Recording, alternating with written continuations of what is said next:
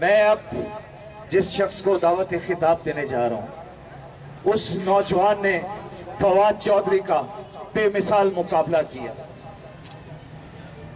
کہ وہ برابری پارٹی کی شان، برابری پارٹی کی آن، آپ کی بھرپور تعریف میں برابری پارٹی کے ایم این اے جیلم سے مستقبل میں ہوں گے. تشریف لاتے ہیں علی عباس.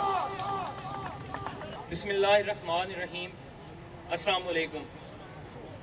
چونکہ میرے پاس بہت مختصر وقت ہے تو میں اپنی تمام باتوں کو بالکل مختصر بیان کروں گا. میں یہاں پہ آج جیلم کی طرف سے نمائندگی کر رہا ہوں اور بالخصوص جیلم کے نوجوانوں کی طرف سے نمائندگی کر رہا ہوں.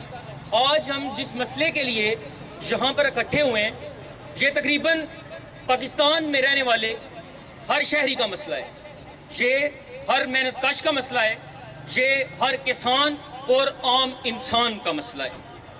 اور میں یہ سمجھتا ہوں کہ ہمیں اپنے حق کے لیے بھرپور آواز بلند کرنی چاہیے.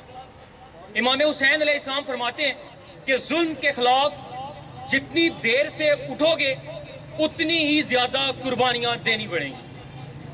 سب سے پہلے تو میں یہاں پہ موجود تمام دوستوں کا شکریہ ادا کرتا ہوں کہ آپ نے اپنے قیمتی وقت میں سے تھوڑا سا ٹائم نکال کے یہاں پر احتجاج میں شرکت کی. میں صرف آپ کے سامنے ایک بات رکھوں گا.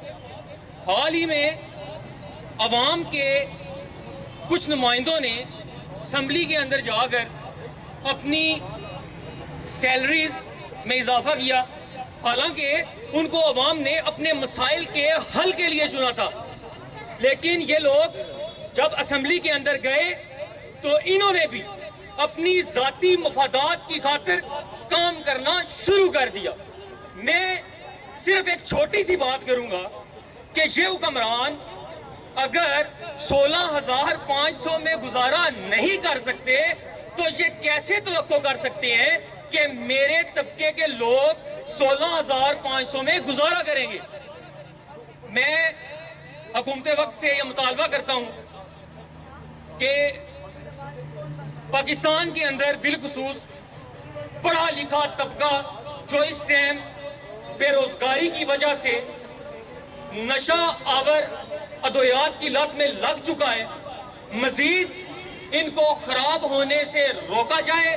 ریاست یہ ذمہ داری قبول کرے، آئین 73 کے مطابق ان کو روزگار فراہم کرے.